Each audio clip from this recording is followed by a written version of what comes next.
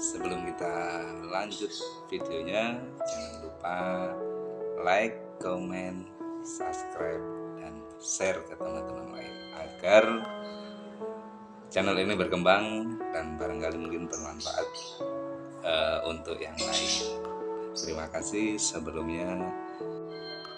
Oke guys, hari ini kita kembali lagi mengunjungi teman saya. Kemarin saya sempat ngobrol-ngobrol dan kita membahas tentang salah satunya adalah pusaka zaman Kabudan, yaitu ada beliau ini punya Katga.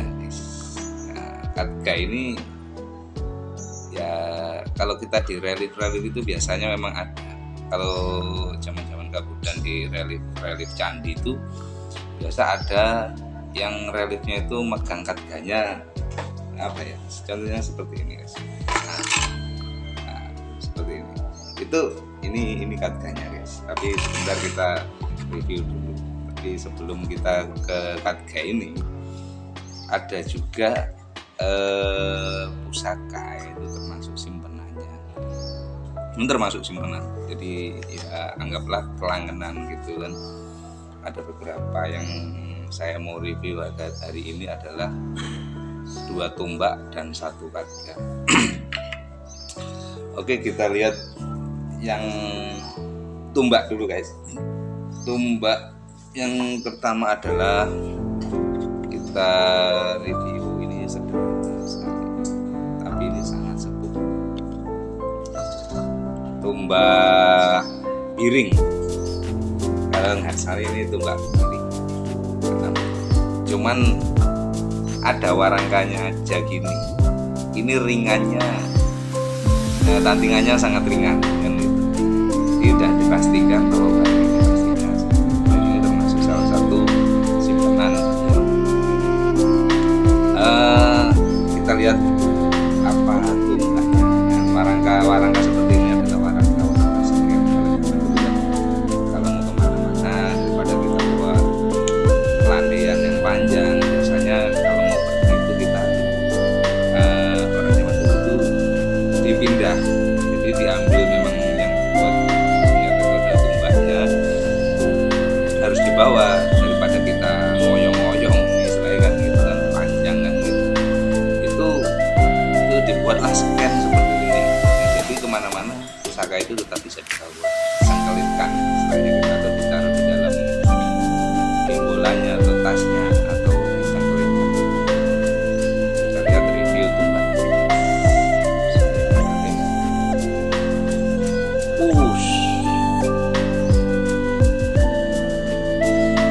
Merinding guys, asli merinding. Ini dapurnya sangat sederhana sekali, tapi auranya sangat, mungkin teman-teman ada yang bisa merasakan ya, auranya. Mojopahit, ini tumbak era Mojopahit. Dari ininya guys, lihat guys ya, dari perbesiannya ini kelihatan.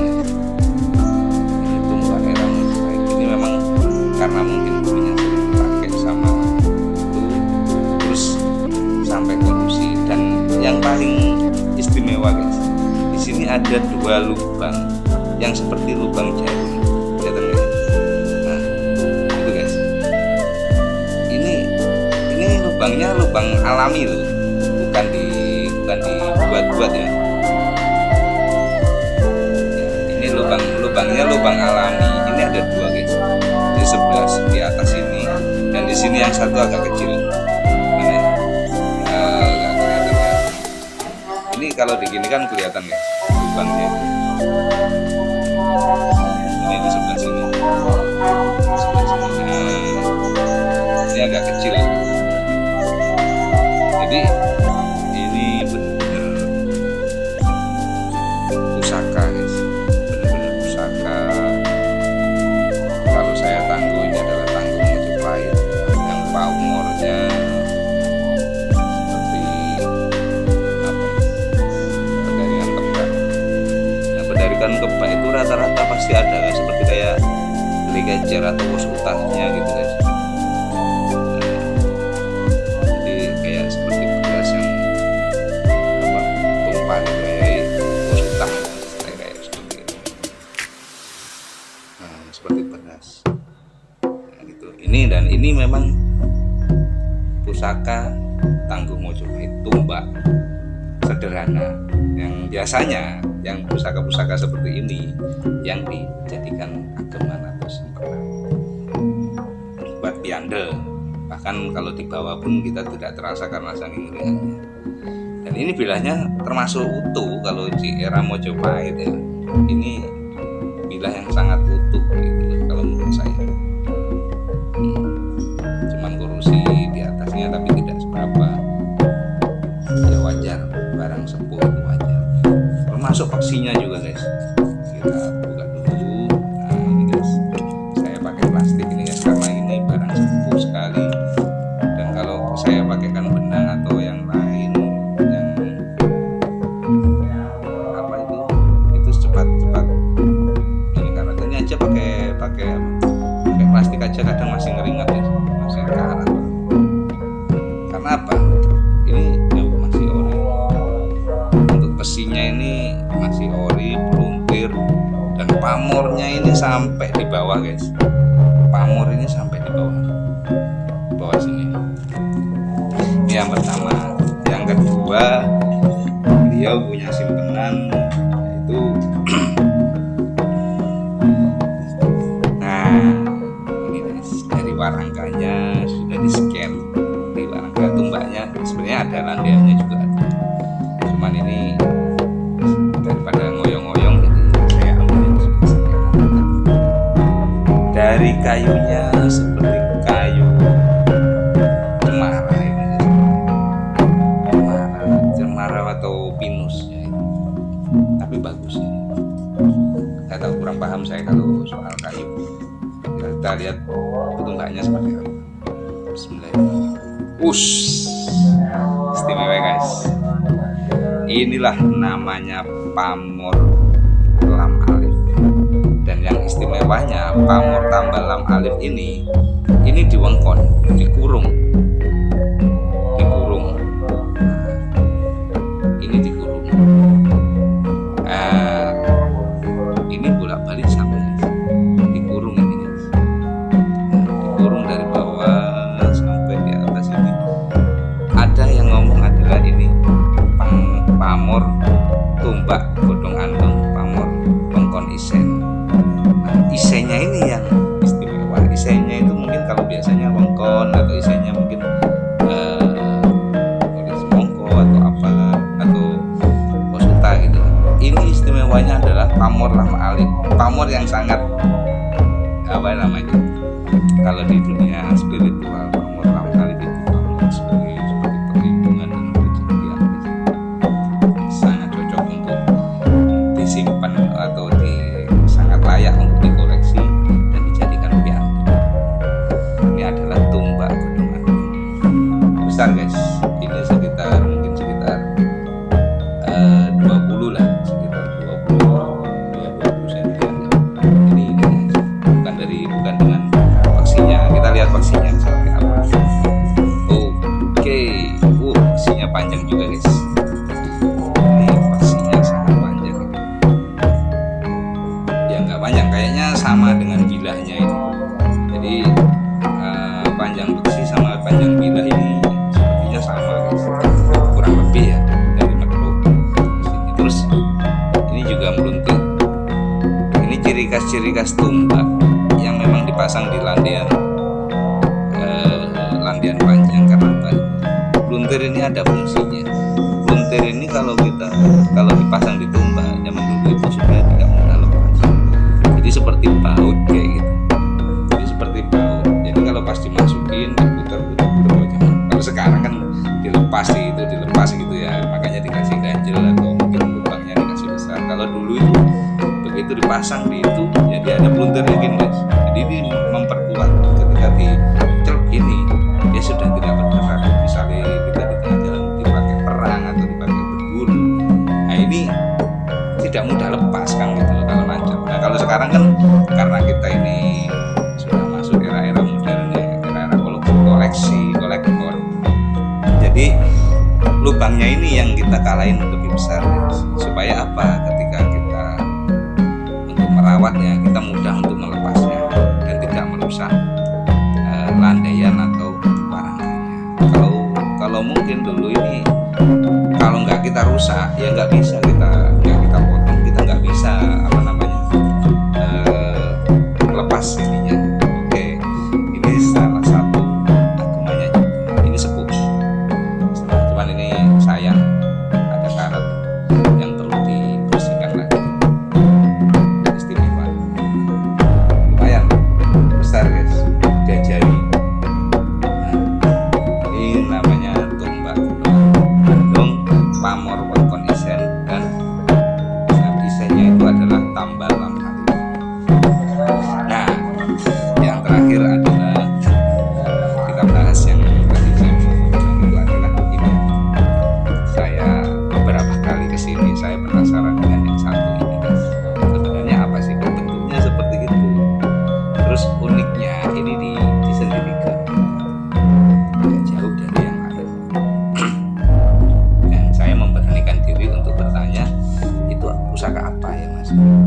Oh, ini seperti tindih. Jadi ini pusaka atau masuklah aja betok atau apa ya, atau kadga atau sepang ya bentuknya. Cuman yang jelas ini tadi disendirikan. Artinya di situ berarti ada keistimewaan di dalam pusaka. Dan pusaka ini kalau menurut saya adalah seperti kita lihat.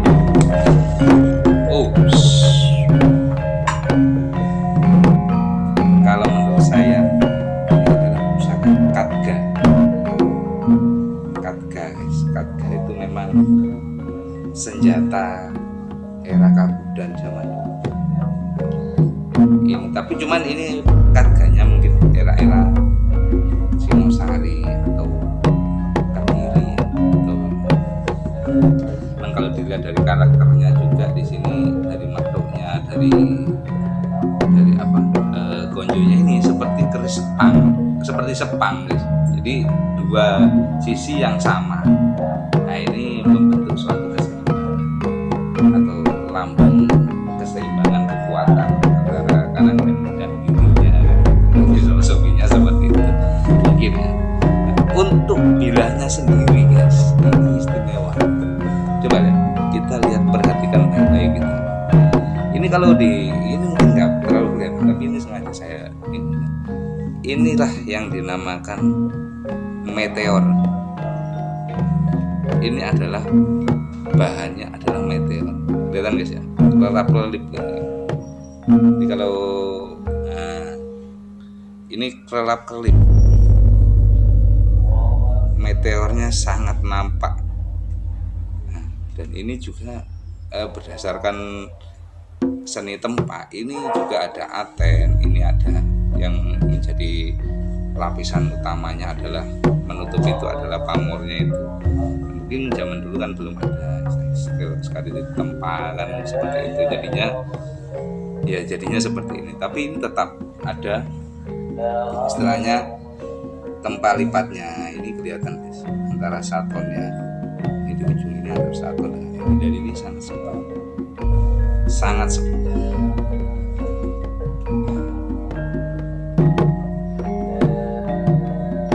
Dan ini sudah pernah saya tanyakan, ini yang di sini ini kalau mungkin itu ada lem ya, ini bukan lem, ini sudah karat ini guys. Kalau coba dibakar itu ya, saya mau bakar ya kan sungkan, tapi sudah dibuktikan karena kita juga ngomong sama orangnya, kita udah dibuktikan bahwa ini sudah pernah dites dan itu bukan lim-liman. Oke guys, kita lihat apanya, paksinya guys.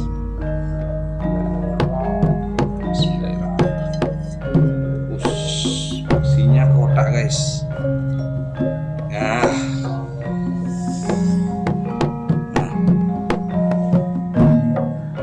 ini guys, paksinya kotak. Memang sudah ngeri, korupsi guys.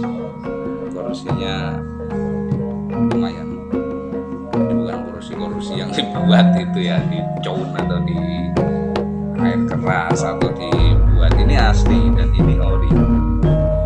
Ini apa, kalau menurut saya, mungkin teman-teman ada yang mengartikan lain atau mungkin bedok sepang atau bedok ini, tapi ketika saya tanya beliaunya yang pemiliknya, ini adalah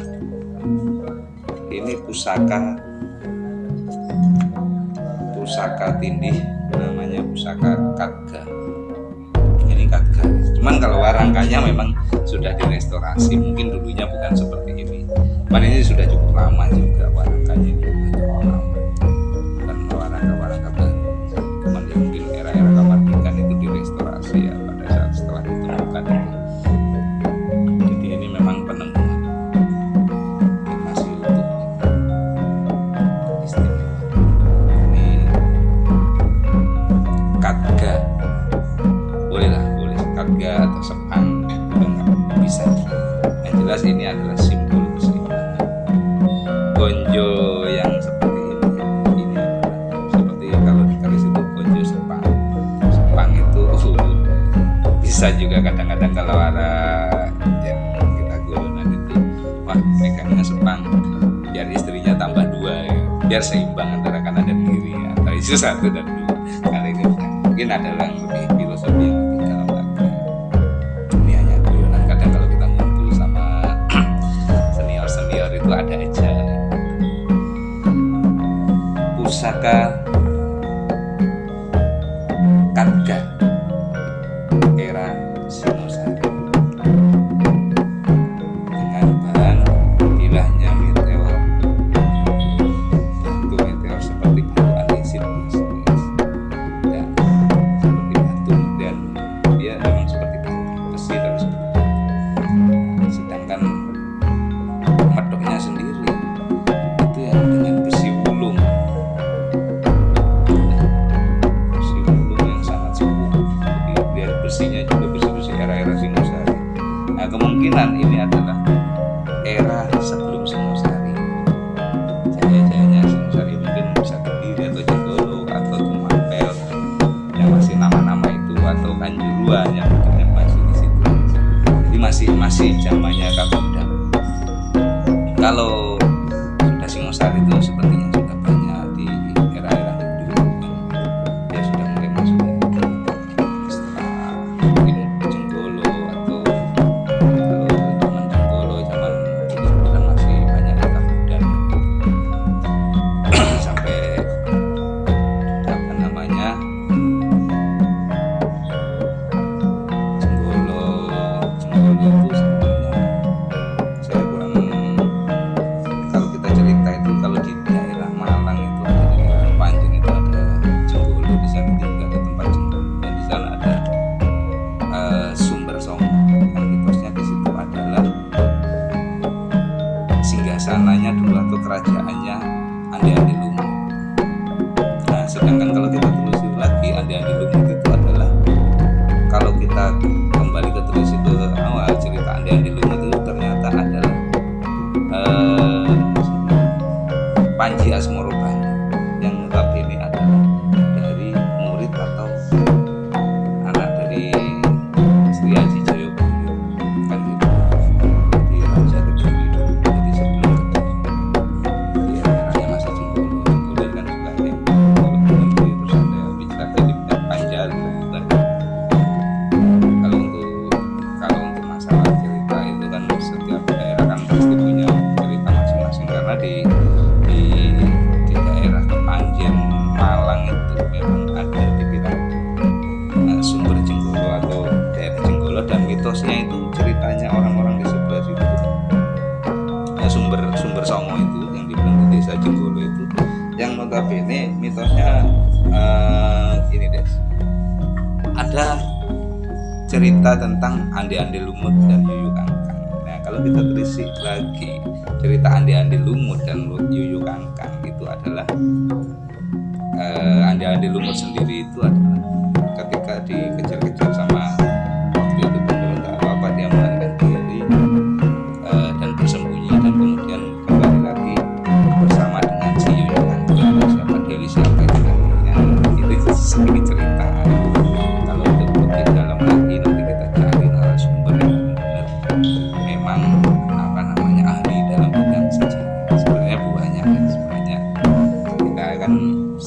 kali kita bermain pusaka pasti kita akan bercerita tentang sejarah. Nah, itulah enaknya bermain pusaka. Jadi seperti itu guys, untuk sementara ini kita sampai di sini dulu. Jangan lupa terus dukung channel ini agar kita saling belajar dan saling berinteraksi, akan membahas sebuah pusaka-pusaka yang sebenarnya. Oke, terima kasih buat teman-teman dan saudara-saudara Tosanaji dimanapun Anda berada, bukan berapa. Kalau berapa, tanya Pak Ada berapa, nanti langsung di calling di WA aja. Oke, yang kenal. Jadi untuk saudara-saudara Tosanaji dimanapun Anda berada, baik yang di Nusantara ataupun mungkin di luar negeri atau di luar mana sajalah, salam satu hobi, salam satu jiwa Tosanaji. Terima kasih dan selamat beraktivitas buat teman-teman yang ingin. Assalamualaikum warahmatullahi wabarakatuh. Salam Rahayu.